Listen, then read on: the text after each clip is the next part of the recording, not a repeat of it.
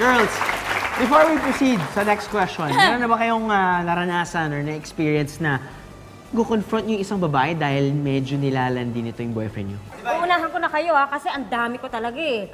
Ang mabilang eh. Oh. At ang sakit talaga sa ulo niyan. Aha. Nakaka-stress yan eh. Kahit isa lang, ano yung ginawa mo? Paano mo kinonfront sila? Oo. Or siya?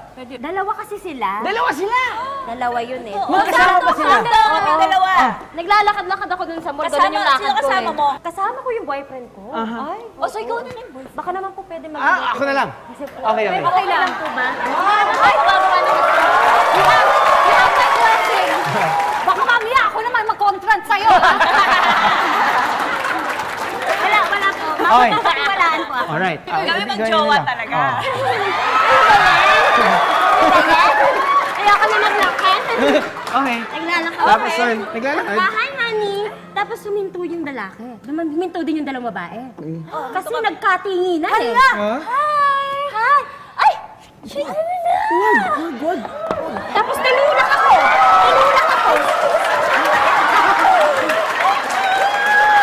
Miss ka na. Hi, ma. Hindi ko kayo kilala! Nagkakwentuhan, nagkapirmihan. Meron nga common language eh. Sure ka pa na siguro, bebe? Ano na si? Bro, bebe! Bro, bebe! Di ako! No. Hindi ko alam. Anong pinag-uusapan nila? Hindi ko kasi alam. So, tinanong ko, hinawi ko yung dalawang babae. Excuse me?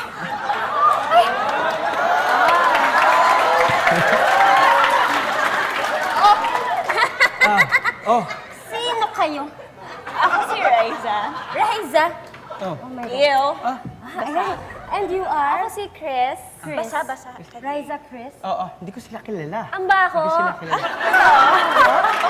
Ay, grabe ito ha. Honey, wag, honey. Ito ba yung nasa contacts mo, honey?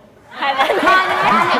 Yun yung tawagan namin, honey? Hindi ko sila kilala. Ngayon ko lang sila nakita. Raisa, kayo pala yun. Liit naman do. Dito ko pa kaya nakita.